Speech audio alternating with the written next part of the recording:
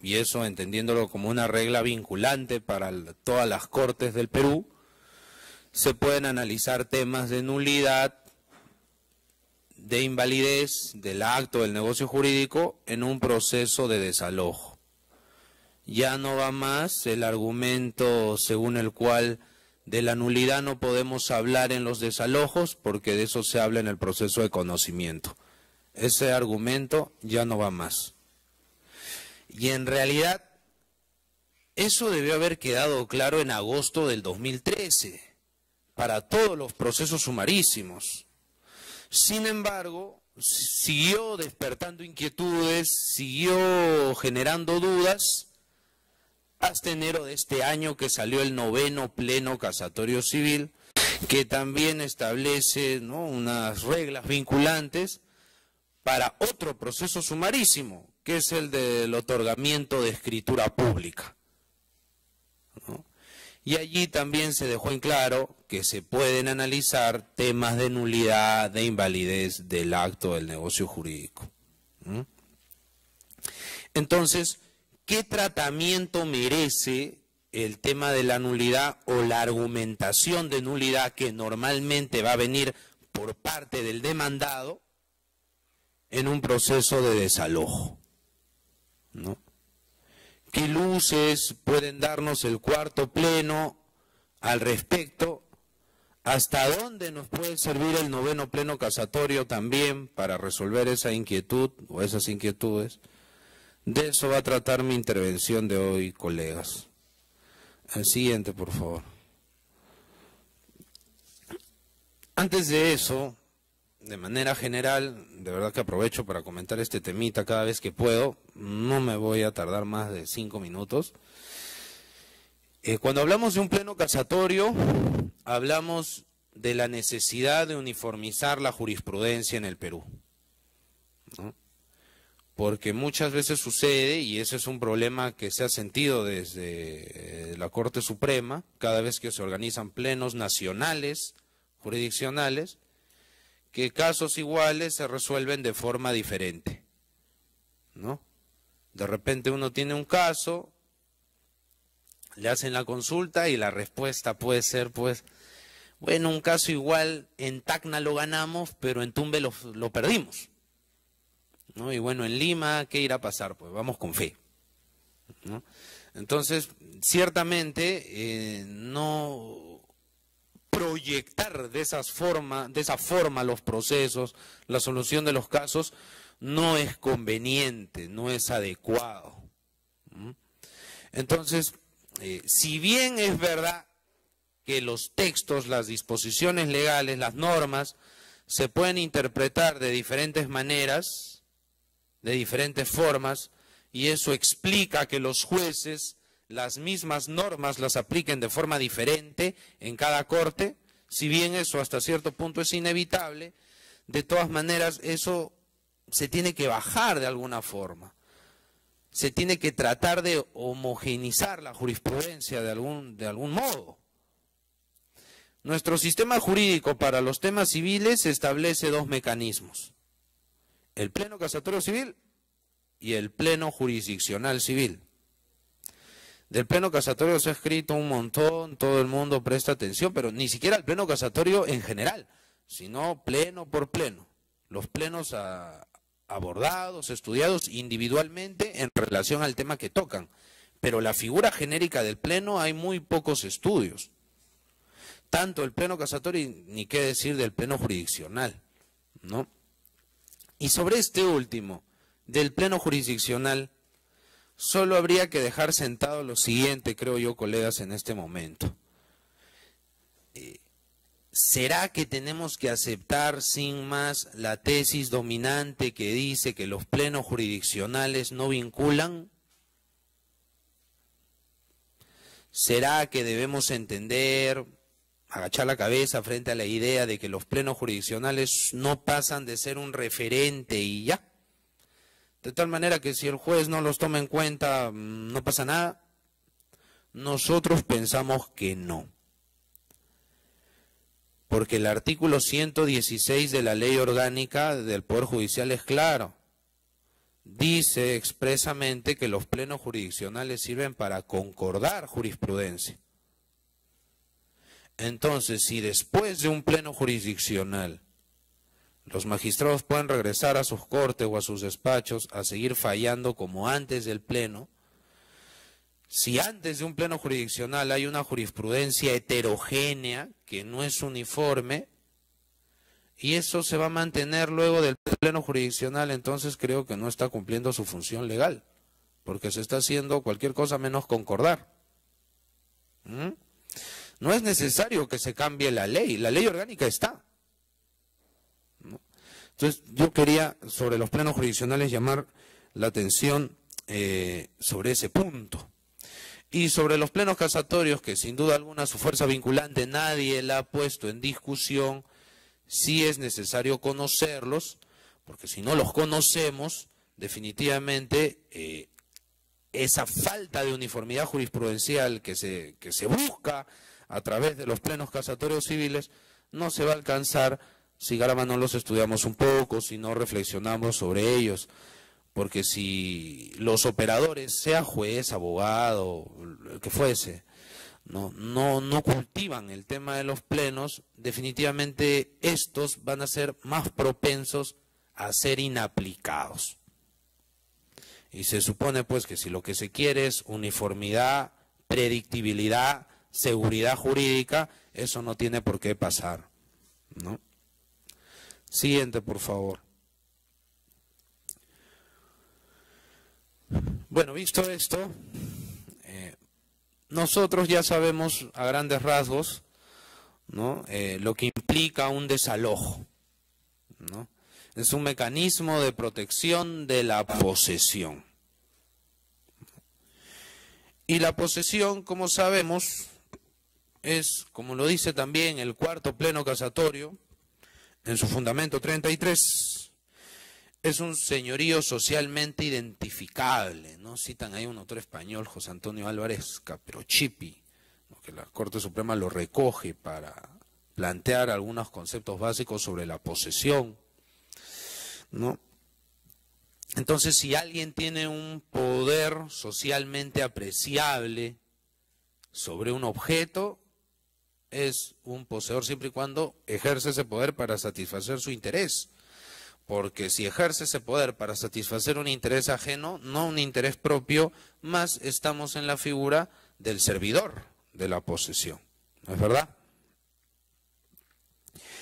Ahora, si el poseedor pierde de forma indebida la posesión, ahí hay dos mecanismos.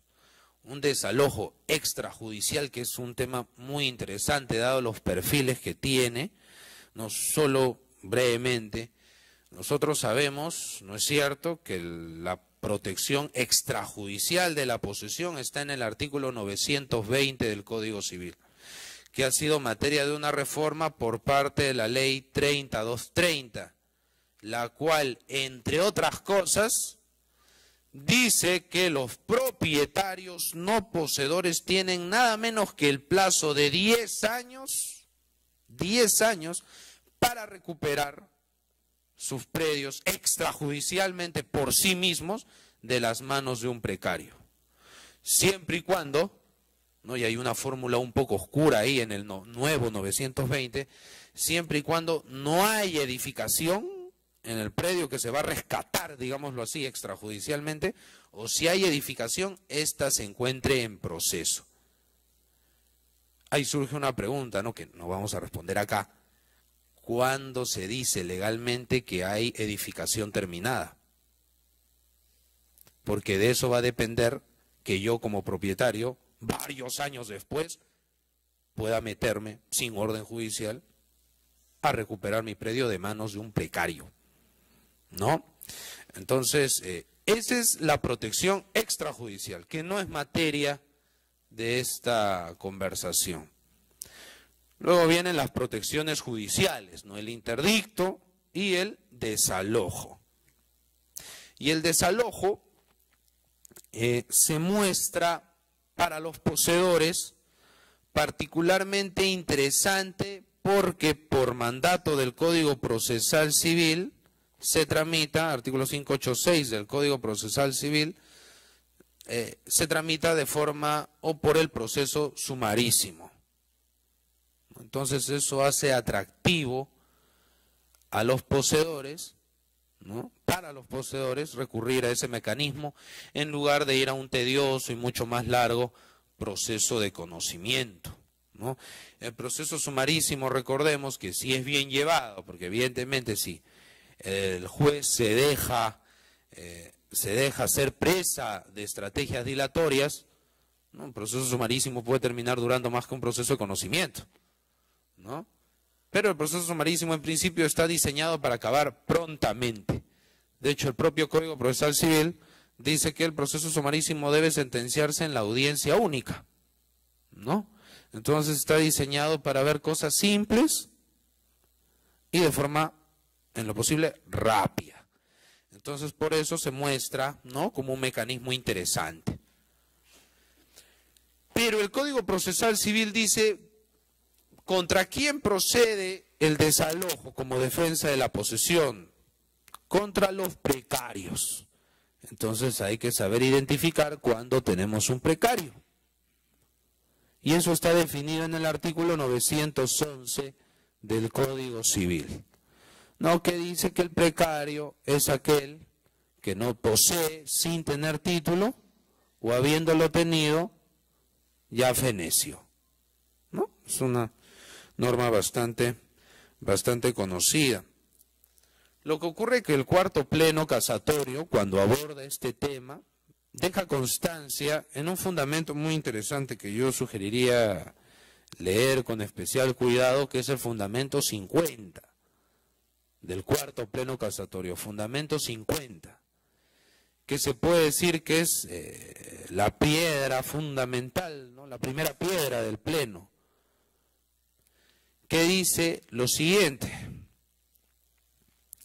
manejar un concepto de precario muy restringido, manejar un concepto de precario demasiado estricto, genera problemas sociales. Genera que cada vez que alguien presenta una demanda de desalojo,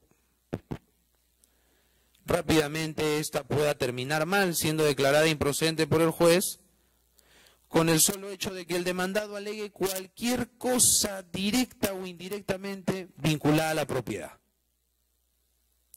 Basta con un enfoque restrictivo que dice solo posesión y nada más que posesión, cualquier otra cosita que surja por ahí, entonces no lo podemos ver. Entonces sucedían casos como estos, ¿no?, antes del cuarto pleno, que hacían pues que el desalojo ya no a veces se viera como con pesimismo, ¿no?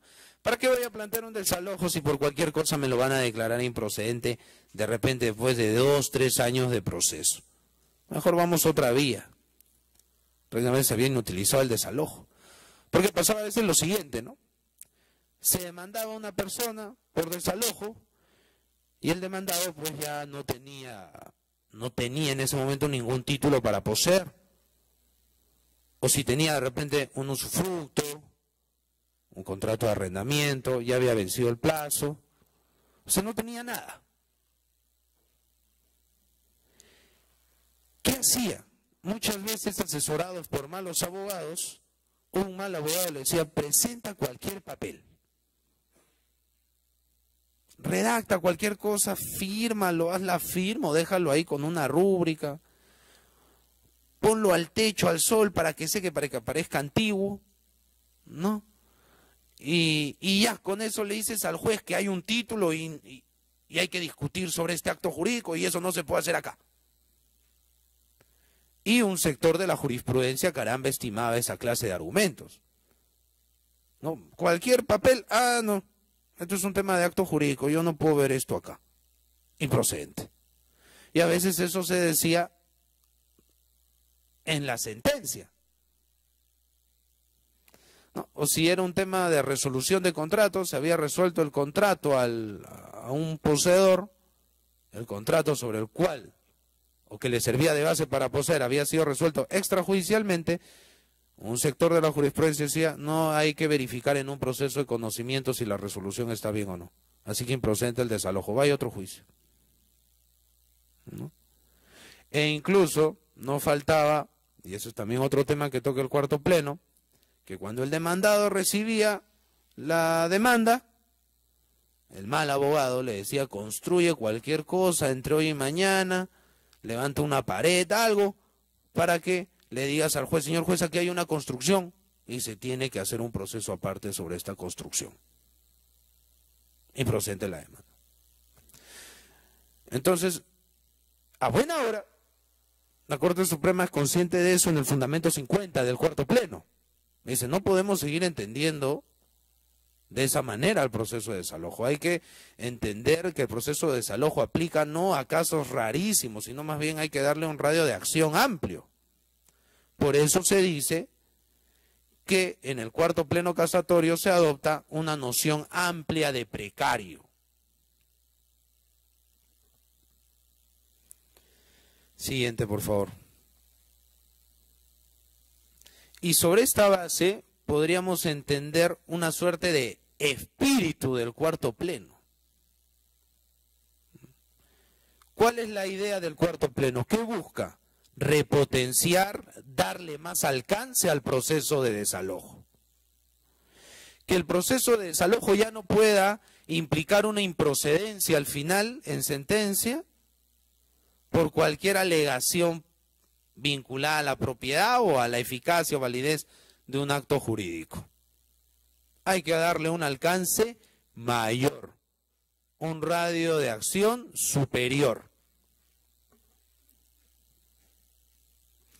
Entonces, ¿cuál es el objetivo? Hacer del proceso de desalojo un mecanismo eficaz. Y va a ser eficaz si se adopta una noción de precario amplia, extensa. Visto así, colegas, acá hay un primer punto importante para lo que vamos a conversar a continuación. Si el cuarto pleno casatorio me establece en sus reglas vinculantes, como sabemos, una lista de supuestos sobre precario, uno tendría que preguntarse: ¿esos supuestos cómo los interpreto? ¿De forma extensiva o restrictiva? Si estamos notando que lo que busca el cuarto pleno casatorio es que el concepto de precario se expanda, ¿no? Ciertamente esos supuestos habría que entenderlos en sentido amplio, no en sentido restrictivo, restringido, porque si no estaríamos volviendo pues a una concepción restringida del precario, que es lo que justamente el cuarto pleno rechaza. Sobre todo, insisto, en ese interesante considerando fundamento 50.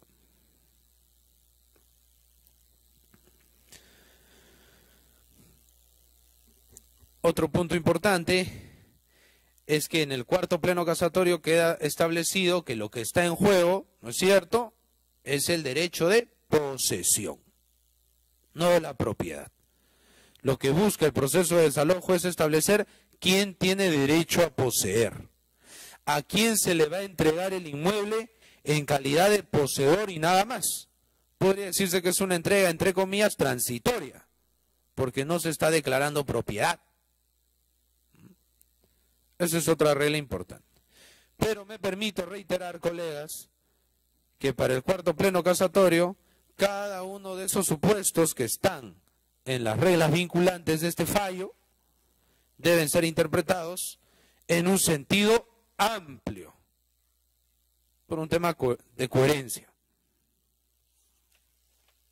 Siguiente, por favor.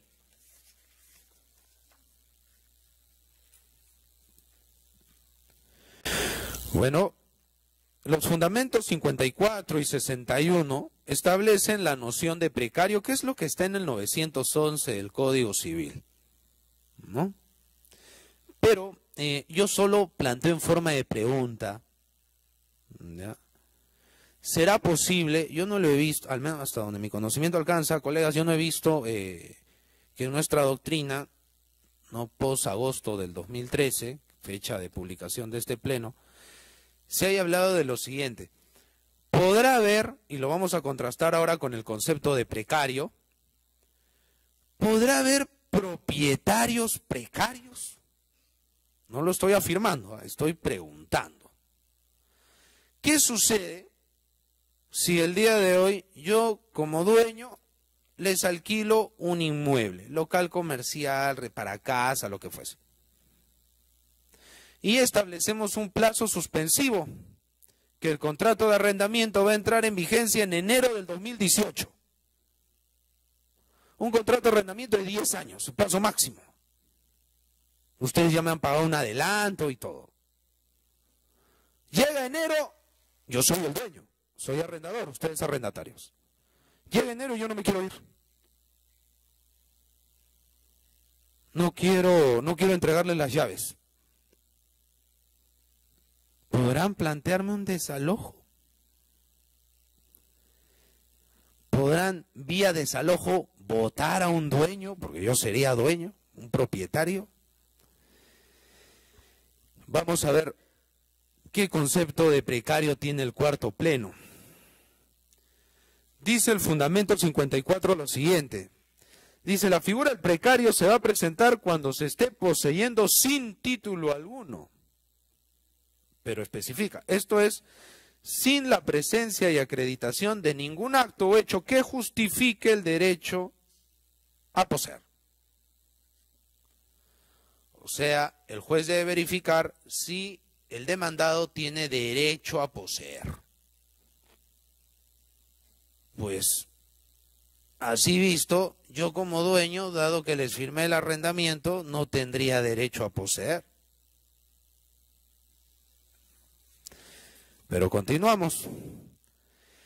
Fundamento 61. En consecuencia, dice, se presentará esta figura en cualquier situación. Fundamento 61.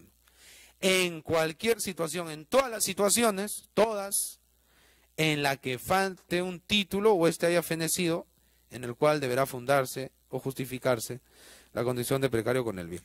O sea, en cualquier situación en la cual el demandado no tenga derecho a poseer. Pues esta sería una situación donde yo no tengo derecho a poseer, pese a ser propietario. Sin embargo, el propio fundamento 61, y es la primera regla del precedente, termina de otra forma. Dice, por ello una persona tendrá la condición de precaria cuando ocupe un inmueble ajeno. Uy, ahí sí no calza con lo que estamos planteando. Porque yo, como demandado, estoy en mi propiedad, no estoy dentro de un bien ajeno, ¿no? Sin pago de renta y sin título para ello, o cuando dicho título, según las pruebas presentadas en el desalojo, no genere ningún efecto de protección, ¿no?, para el demandado. Solo aquí una tingencia. El precario ha ido evolucionando en su conceptualización. Estamos bastante lejos del precarium romano. El precarium, si yo digo o planteo, sugiero la posibilidad de un propietario precario, los autores, pues, que son defensores del enfoque restrictivo, romanista del precario, se me van a querer, pues, venir encima, ¿no? O van a pensar que estoy hablando, pues, blasfemias. Pero lo cierto es que nuestro Código Civil se ha alejado del concepto de precarium romano. El precarium romano, solo para hacer un pequeño recordatorio, es aquel que posee por gracia, por liberalidad o tolerancia del titular del derecho, del titular del bien. El supuesto clásico era el del familiar, ¿no?, que iba donde el pater familias, no tengo dónde estar, puedes darme alojamiento, puedes ayudarme, y el pater propietario decía, claro, quédate. Pero cuando yo te diga, te vas. Ese es el precarium. Muy, muy similar, sé que todos lo estamos pensando, el comodatario. Entonces, esta persona que estaba por mera liberalidad, por tolerancia, gracia del titular del bien, solo a él, y que tenía que devolverlo inmediatamente, ni bien se le requiera, solo a él se le denomina precario. O sea, es imposible que haya, pues, dentro de ese enfoque, un precario dueño. ¿No? Como lo acá, la pregunta que he hecho, pues, sería inaceptable, ¿no? No debería caber la posibilidad de pensar en ello. Pero lo cierto es, colegas, que el código, insisto, el 911 del Código Civil se ha alejado de ese concepto. Y la verdad que se haya alejado no me parece un sacrilegio como algunos han pensado, ¿no? O que se tenga que tener la necesidad de entender al Código Civil conforme a la tradición histórica, ¿no? No estamos en la época antigua de los romanos para seguir tributándole honores a un concepto que manejaban ellos, ¿no? Si las necesidades prácticas exigen manejar un concepto de precario diferente, pues se va a manejar un concepto de precario diferente. Yo les comento, y con esto cierro este punto, que los propios romanos dejaban de lado sus tradiciones por necesidades prácticas. Ellos no decían, no, que durante siglos hemos venido construyendo un concepto y no, ¿cómo lo vamos a dejar de lado, por favor? No, los romanos eran los más prácticos. Un ejemplo, pues no lo voy a dejar ahí, un ejemplo es el patrimonio castrense o castrense peculium. Hasta antes del desarrollo del Imperio Romano, cada pater familias, cada sujeto de derecho podía tener solo un patrimonio y nada más. Así fue desde la época de Rómulo y Remo. Pero ni bien empezó a desarrollarse el imperio, los ejércitos se alejaban más y más de Roma. Los militares dijeron, no podemos estar dependiendo de nuestros padres para administrar los botines que vamos acumulando. Debemos tener nuestro propio patrimonio, no tenemos que estar yendo a pedir permiso a Roma a ver qué hacemos o qué dejamos de hacer con los botines que ganamos, pidiéndole permiso a la cabeza de nuestra familia, el pater. Debemos tener un solo patrimonio nosotros, independiente, de tal manera que en una familia al final del día podía haber más de un patrimonio. Y sí, por necesidades prácticas, militares en este caso, siglos de tradición sobre el patrimonio, los romanos lo cambiaron. Y apareció el concepto del patrimonio castrense. Entonces, si los romanos no se complicaban la vida, ¿no?, para modificar un concepto que nosotros en el siglo XXI, que tenemos que respetar el derecho romano, pues la verdad que si ellos mismos en esa época cambiaban según sus necesidades prácticas, pues nosotros con mayor razón. Así que si cabe hablar de propietarios precarios para defender el derecho a poseer, pues no creo que no debería ser tan escandaloso eso, sino todo lo contrario. Siguiente, por favor. Muy bien. El fundamento 63 del cuarto pleno replica, ¿no?, establece lo mismo que el precedente vinculante 5.3 de este pleno, que se refiere a la nulidad del acto o negocio jurídico, ¿no? Y en buen romance dice que en el proceso de desalojo sumarísimo cabe analizar, cabe evaluar la nulidad, pero no cualquier nulidad, la nulidad manifiesta, la nulidad evidente, patente, que salta a la vista. De esta manera, si no hay una nulidad evidente, ¿el juez va a negar efectos al acto jurídico? Se entendería que no. Al menos el cuarto pleno en su versión original.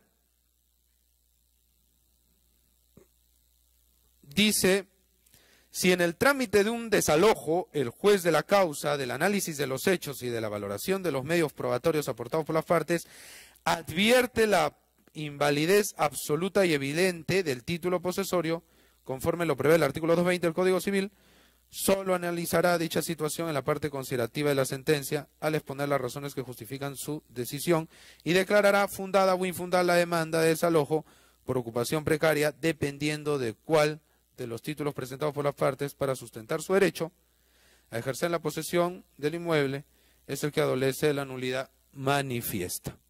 Entonces, en resumen, puede analizarse la nulidad siempre y cuando sea una nulidad evidente, patente.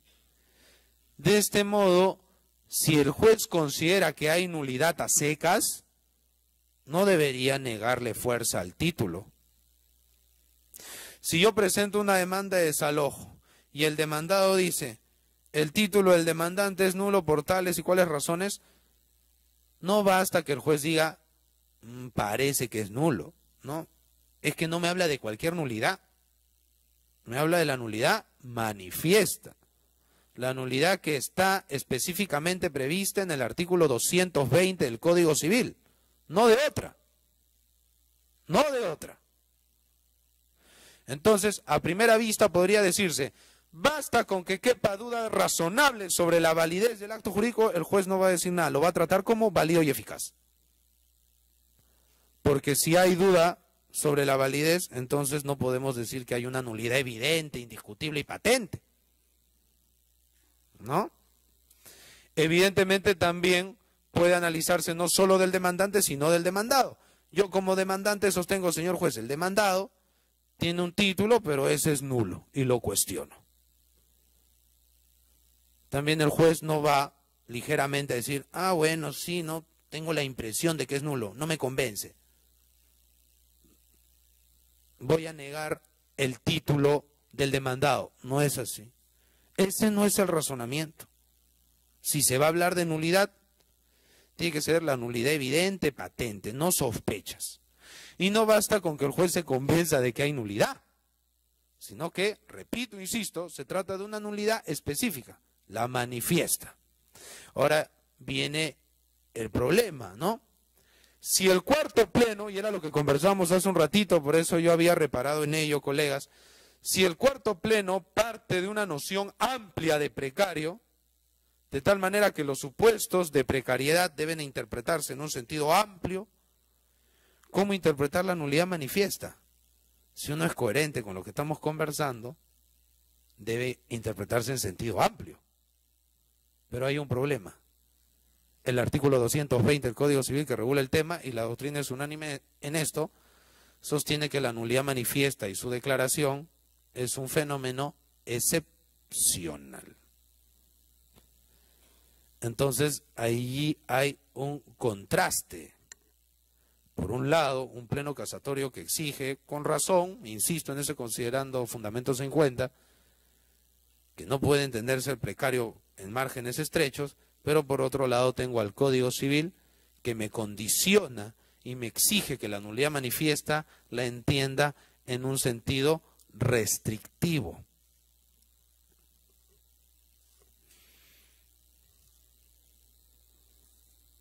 Siguiente, por favor. Directamente vinculado al cuarto pleno casatorio en muchos puntos está el noveno pleno casatorio civil de enero de este año, publicado en enero de este año. Y solo para señalar, colegas, que nosotros pensamos que el cuarto pleno y el noveno pleno son como unos hermanos siameses, súper conectados. Lo que le pase a uno, le va a pasar al otro.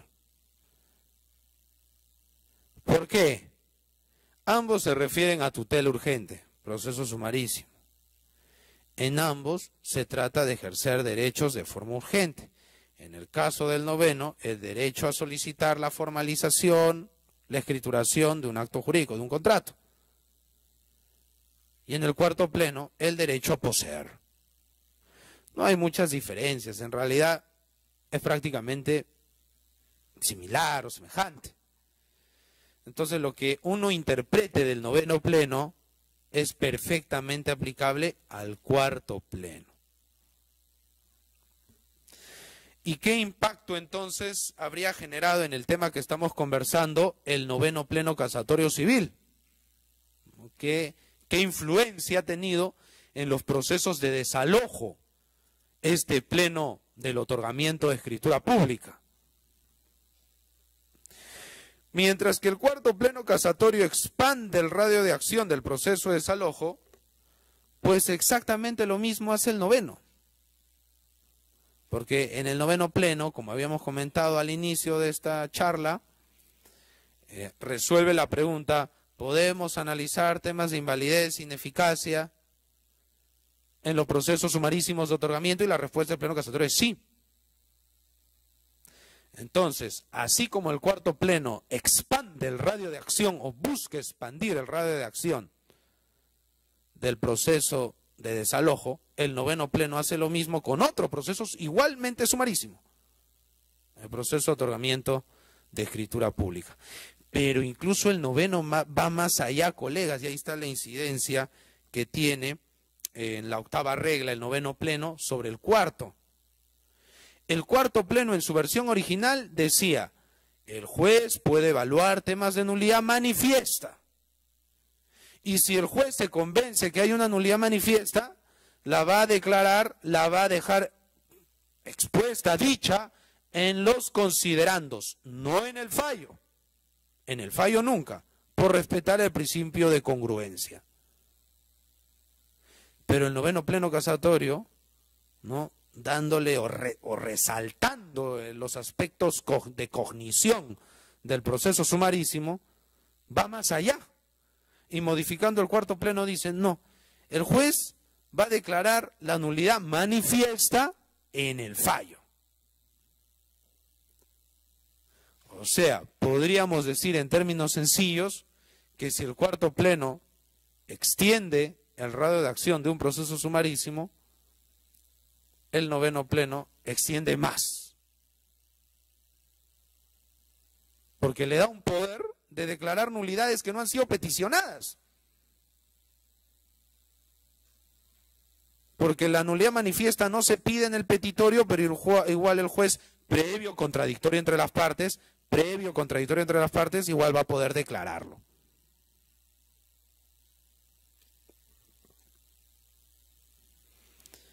Siguiente, por favor. Pero el problema viene, colegas, ¿qué cosa es nulidad manifiesta? No hay muchas luces en estos precedentes vinculantes. Lo evidente, lo notorio, lo palmario, algo puede ser evidente para ustedes y de repente no para mí. Y viceversa. Dos casitos muy pequeños sobre esto, porque ya vamos al final, ya vamos a entrar a la parte final de esta exposición, vamos a hablar de unas sentencias en casación, pero para detenernos un poco sobre este concepto clave, que es la nulidad manifiesta. Reiterando, recordando, sin el ánimo de caer espeso, que solo nulidades manifiestas son las relevantes en los desalojos. Ni otro tipo de nulidad no. Hace unas semanas estuvimos con los señores jueces de Tacna en un conversatorio y un juez civil de allá planteó el siguiente caso. Dijo que tenía un proceso no de desalojo, sino de otorgamiento de escritura, pero tiene que ver con la nulidad manifiesta. El demandante había presentado, ¿no?, una minuta pidiendo pues el otorgamiento de escritura para esta compra-venta, era una minuta de compra-venta de una finca. Y el demandado presentó una denuncia penal del fiscal.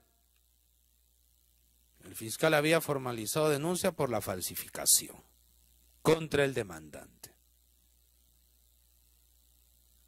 Y hay dos pericias más en el sentido de que había falsificación. Entonces el magistrado comentaba: ¿eso será un supuesto de nulidad manifiesta? ¿No? Y otro caso, segundo y último caso, que se ventiló en la Corte de Lima Este.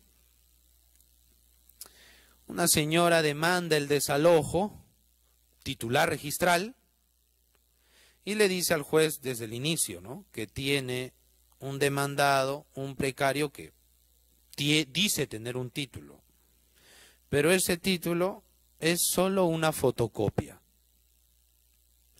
la fotocopia de una minuta legalizada. Repito, no he dicho copia legalizada, he dicho copia de una minuta legalizada. O sea, lo que tiene el demandado al final es simplemente una fotocopia. ¿Qué más hay?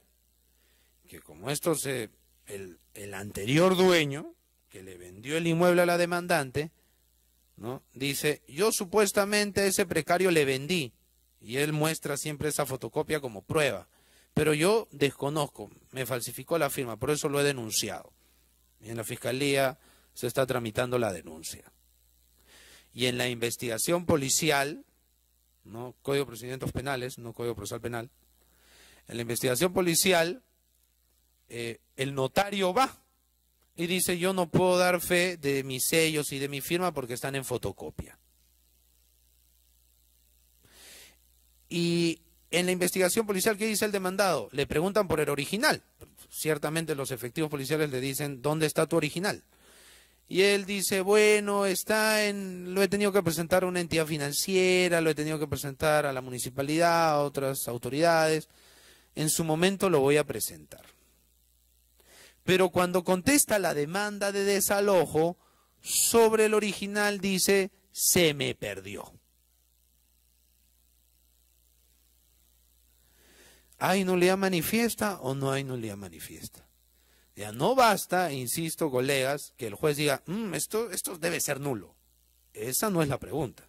La pregunta es, ¿estaremos claramente ante un caso de nulidad manifiesta, no solo de nulidad?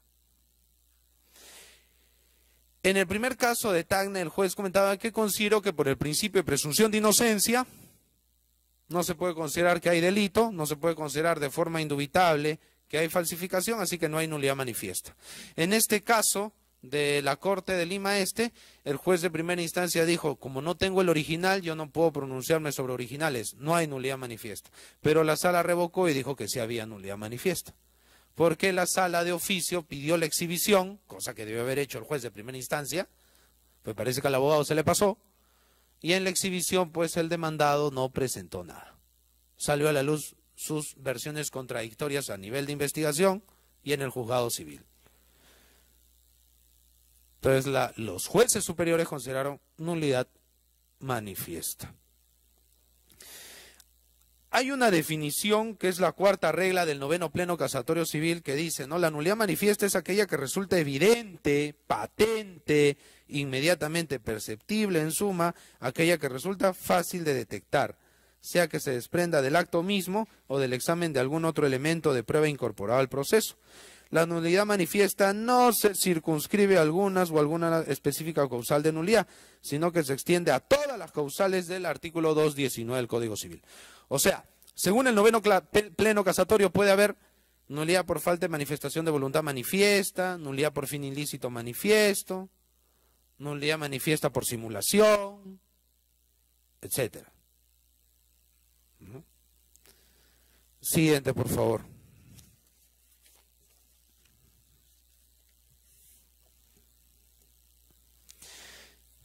La lógica es, colegas, que si se va a hablar de nulidad y el juez quiere negarle eficacia al acto invocando la nulidad manifiesta, tiene que estar seguro de esta clase de nulidad. Pregunta, ¿el juez podrá, por otras consideraciones que no sean la nulidad, restarle eficacia a un título en el debate que se arma en un proceso de desalojo? La respuesta es sí, gracias al 9º pleno, o sea, sería de forma indiscutible desde enero de este año. Porque el 9º pleno casatorio, como recordaremos, permite, más que permite, exige al juez evaluar la eficacia de los títulos. Entonces el juez puede analizar en procesos de desalojo la eficacia de los títulos. O sea, si va a hablar el juez de nulidad, tiene que hablar de nulidad manifiesta. Si va a hablar de eficacia, bueno, ahí tiene ya un poco más de libertad.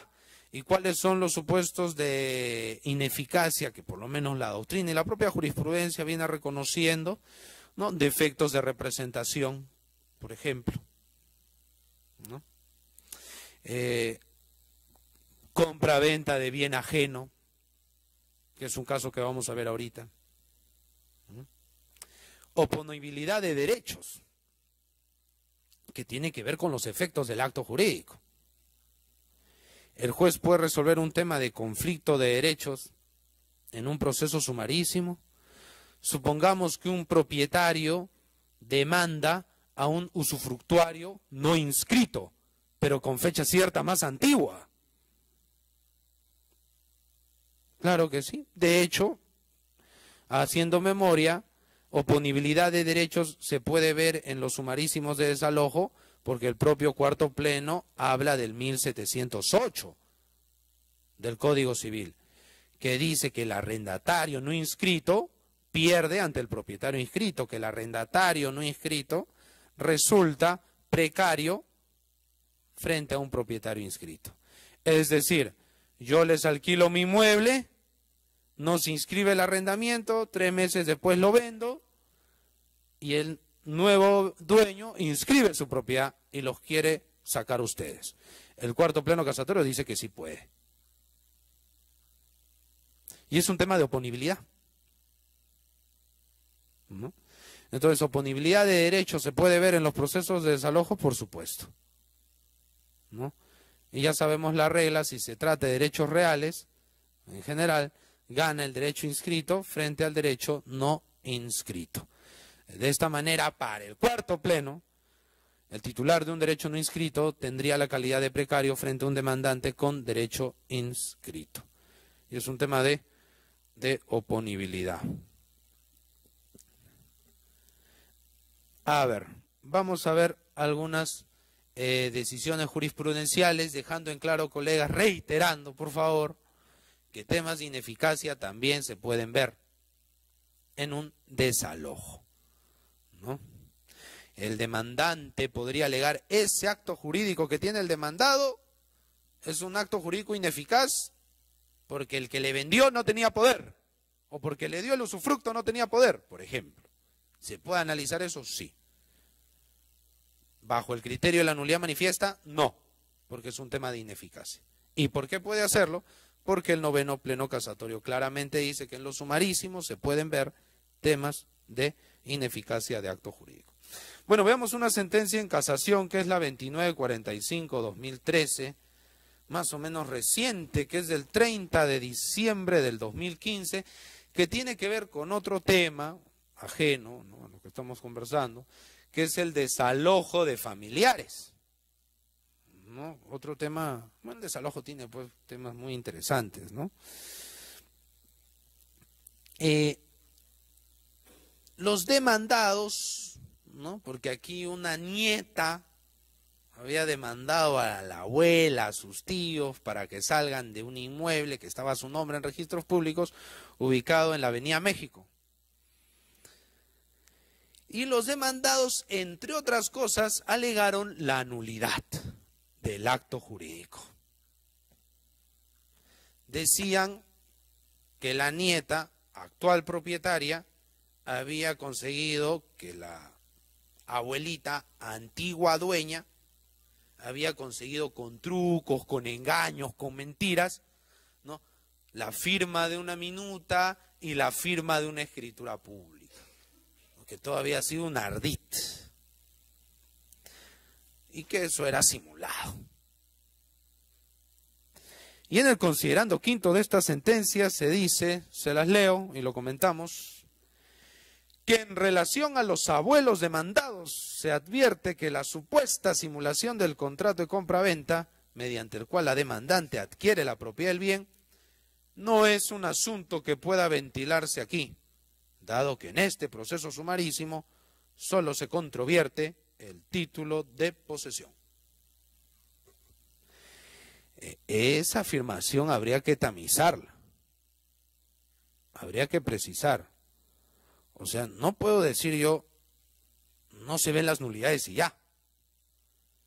Si un juzgado, una sala superior, una sentencia en casación va a dejar de lado argumentos de nulidad, debe decir que no es nulidad manifiesta,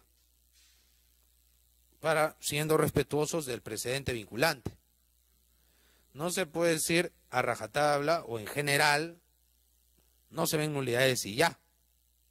Sí se ven nulidades, las manifiestas. Y si yo no voy a estimar un argumento de nulidad, debo decir por qué no es manifiesta la nulidad que se alega. Por tales consideraciones, por tales razones, no me logro persuadir de que hay una nulidad manifiesta. Usted dice que ha habido un engaño, entonces al notario también le vieron la cara. Yo no tengo aquí de autos que resulte que al notario le hayan visto la cara. Así que no me parece manifiesta la nulidad. Un argumento de ese tipo. Porque decir en los desalojos no se ve la nulidad, ya sabemos que eso no es exacto, conforme al cuarto pleno casatorio, regla 5.3, ¿no? Modificada por el noveno pleno. Recordemos, precisando, reiterando, que lo único que cambia el noveno pleno en relación al cuarto pleno es que mientras en la versión original del cuarto pleno la nulidad solo se menciona en los considerandos, ahora no, también puede ser, o tiene que ser, perdón, en el fallo. ¿De acuerdo? Siguiente, por favor. Bien, a ver.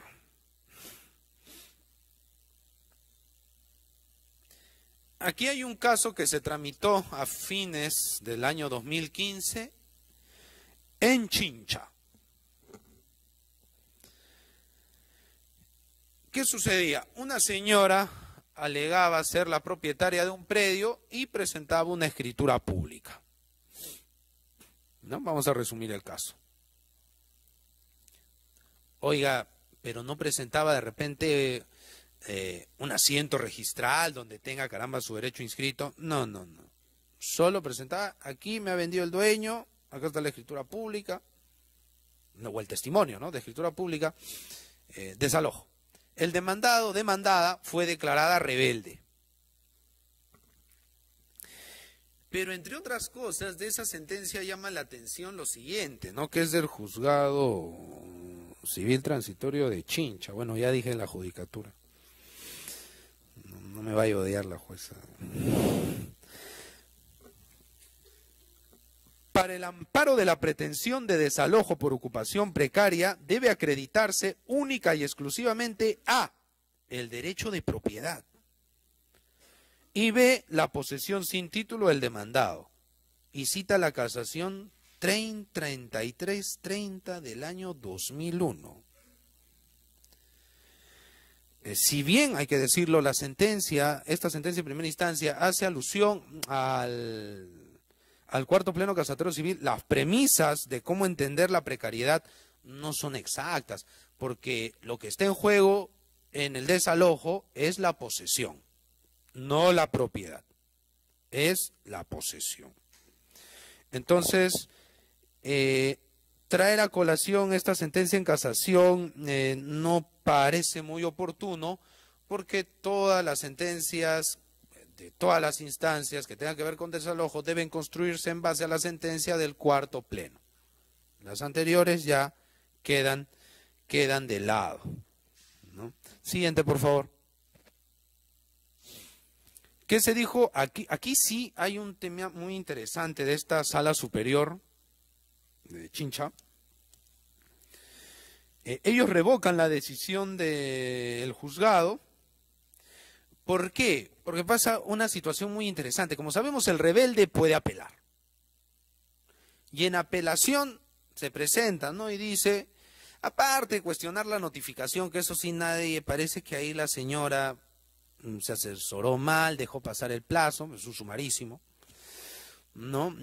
Fue declarada rebelde, pero en apelación alega y dice, yo tengo, bueno, soy heredera del titular registral, que ya está muerto. Así se presenta. Y en consecuencia dice, y a partir de esa idea, dice, el título del demandante es nulo. Y el que le vendió a la parte demandante nunca fue dueño de nada. Veamos la historia registral del inmueble. Ese señor no aparece. Y es verdad, yo tampoco aparezco, pero aparece mi padre, que ya he finado. Aquí está, yo acredito mi calidad heredera. Entonces la sala mixta evalúa eso y dice que el título de la demandante no les genera convicción suficiente para concluir que la demandante tenga una legitimidad formal, haciendo alusión a la regla 5.3 del cuarto pleno. O sea, dice que el título de la demandante ante estas alegaciones de la demandada no le causa convicción. Pero con ese razonamiento uno podría interpretar, ¿será que yo tengo que demostrar la validez de mi título en el marco de un desalojo? Según el 5.3 y lo que hemos venido comentando, no parece esa ser la lógica. Si de nulidad se va a hablar, debe quedar de forma indiscutible, clara, diáfana, que hay una nulidad manifiesta. Si no hay nulidad manifiesta, se trata el acto como si fuera válido y eficaz, salvo que se traiga a colación un tema de ineficacia que no fue el caso. Porque la demandada dijo nulidad de acto jurídico. Le han comprado a gente que no tiene nada que ver, que nunca fue titular de la propiedad. Bueno, eso es causal de nulidad, eso ya lo vamos a conversar en un ratito. Pero cuando se dice que el título tiene que causar convicción sobre su validez, no. No, en el proceso de desalojo no se tiene que convencer, si el magistrado se tendría que convencer de algo es de la nulidad manifiesta, no de la validez. Hay una suerte ahí de inversión indebida de la carga de la prueba. Si yo presento un título, se presume su validez en principio, en el marco del sumarísimo. Y si se va a discutir en base a la nulidad, tendría que ser una nulidad, insisto, manifiesta, ni siquiera cualquier tipo de nulidad. Entonces, ante las preguntas, las partes deben demostrar la validez de su título. Así visto el tema probatorio, no. Les tienen que demostrar la nulidad manifiesta, que es otra cosa. Siguiente, por favor. Y en la sentencia definitiva de este caso, ¿no? Sentencia de casación 1788, publicada, es el último boletín del diario oficial, 3 de julio del 2017, dice allí, sobre este análisis de la sentencia de la Sala Superior, se declara improcedente la casación sin emitir pronunciamiento sobre la decisión de primera instancia, ¿no? Pero se acepta que para la Sala Superior el título de la demandante fue insuficiente e inconsistente. Reiteramos, ¿no? Pensamos, a la luz del cuarto pleno casatorio civil, que lo que está en juego es la nulidad manifiesta, no otra clase de consideraciones, no inconsistencias o insuficiencias, ¿no? Siguiente, por favor.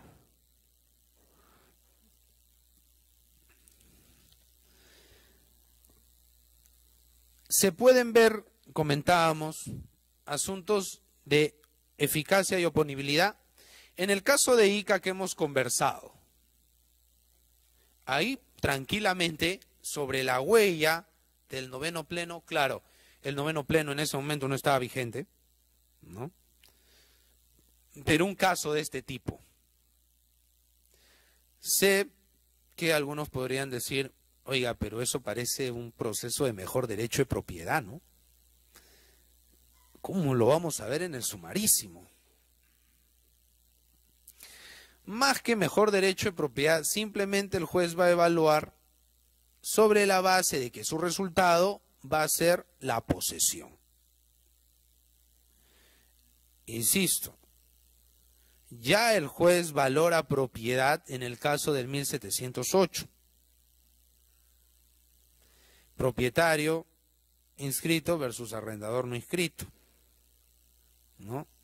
O sea, que el juez valore un tema de oponibilidad de derechos no implica que dé un fallo definitivo necesariamente sobre el tema de la propiedad. Entonces, en el caso de ICA, tranquilamente, en base al noveno pleno casatorio, se podría decir, se podría postular más o menos lo siguiente, ¿no? Se advierte que el título del demandante, de la demandada, perdón, por encontrarse inscrito, ¿no? Se impone o resulta oponible al derecho del demandante o de la demandante. Y nada más. Porque se está evaluando la eficacia de los actos. Cuando se habla de oponibilidad, se habla de la eficacia. Y la eficacia, por mandato, digamos, del 9º Pleno Casatorio Civil, se puede evaluar en los procesos sumarísimos, ¿no? Si la idea es, colegas, y en eso sí creo que tendríamos que estar de acuerdo, que el proceso sumarísimo se le ha redimensionado para tratar de que éste resuelva el fondo de los asuntos que se le someten, ¿no? Habría pues que apostar por más bien solamente no hacer viable al sumarísimo cuando ya no quede duda de que el tema es extremadamente complejo.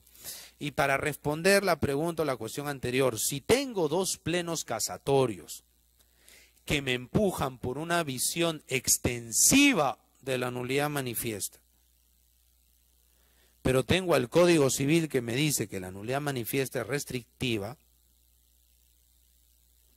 ¿cómo hago? ¿No? ¿Qué premisa adopto para analizar mis casos? Porque al final del día va a depender del caso concreto, ¿no? Nosotros creemos, colegas, de que en vista de que los plenos casatorios mencionados no dicen expresamente hay que entender la nulidad manifiesta en un sentido lato, debe aplicarse pues el Código Civil. Muy extensivos pueden ser los plenos casatorios, pero el Código Civil en ese punto tendría que imponerse, en el sentido de que solamente vamos a tener nulidad manifiesta en muy contados casos, cuando sea demasiado evidente la causal de nulidad, de tal manera que no admita mayor discusión. Insisto, basta con que haya alguna duda razonable o algún punto que haga dudar al juez sobre la nulidad, ya es suficiente para que el juez no diga que no hay nulidad, digamos. Eso no implica que se puedan analizar temas de eficacia, eso se puede hacer. Pero sobre la nulidad como tal, si no hay ninguna duda sobre su presencia, se declarará. Todo lo contrario a lo que espero que haya sucedido con ustedes a lo largo de esta charla, porque como decía, siempre me gusta recordar a Fernando Atraceñiz al terminar conferencias o charlas, es mejor un diálogo que nos hace o nos saca con más dudas que con respuestas. Así que yo sí espero que se vayan con muchas inquietudes. Nuevamente mi agradecimiento a la escuela y al doctor Neira Flores por la oportunidad. Muchas gracias a ustedes, los he visto muy atentos, colegas, de verdad que me honra mucho su atención. Seguramente no va a ser la última vez, vamos a tratar de coordinar para conversar sobre otros temas de derecho civil, ¿no? Qué bueno que la Corte y la escuela le esté dando espacios al derecho civil en un contexto de fiebre penalista, ¿no? Muchísimas gracias por su atención.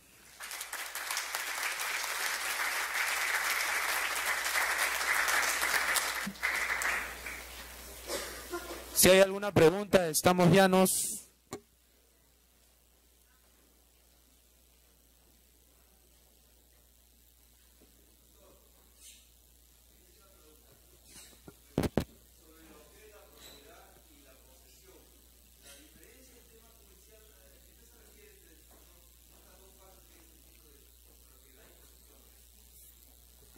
A ver,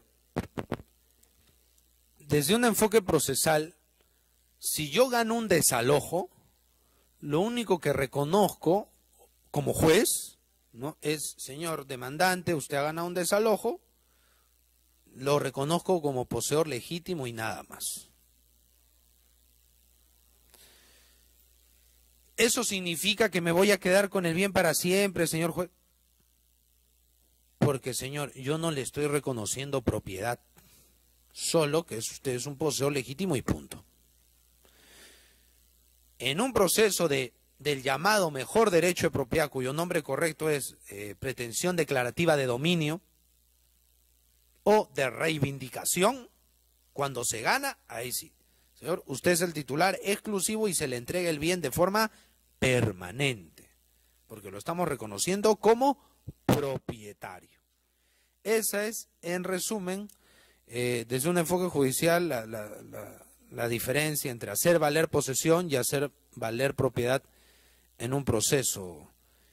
Doctor, recordemos que la posesión es más que nada un concepto fáctico que nace por el solo hecho de ejercer alguna de las atribuciones de la propiedad sobre el bien, mientras que la propiedad en sí es un derecho subjetivo, ¿no?, que me da, lo protegido por la ley, me da todas las facultades para hacer y deshacer sobre un bien. Tan es así que yo como dueño podría hasta destruirlo. Es en resumen, ¿no?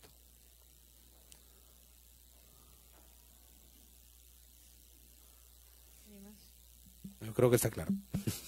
Creo claro. Ah, sí, sí.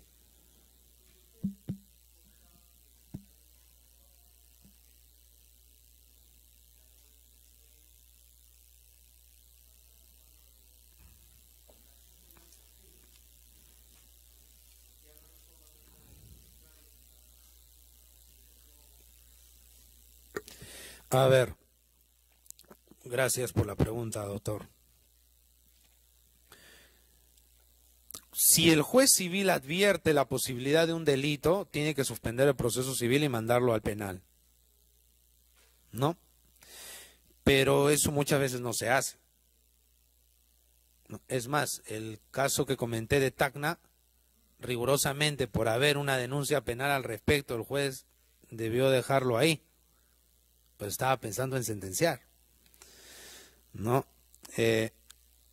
Sin embargo, si no se pudiera iniciar o armar un proceso penal al respecto, o sea, porque la pregunta del colega es, si ya prescribió la acción penal, quiere decir que el juez no va a suspender nada, porque no tendría sentido, pues va a rebotar. Bueno, tendría que hacerse a través de las pericias. Y en base a las pericias o un eventual debate pericial, determinar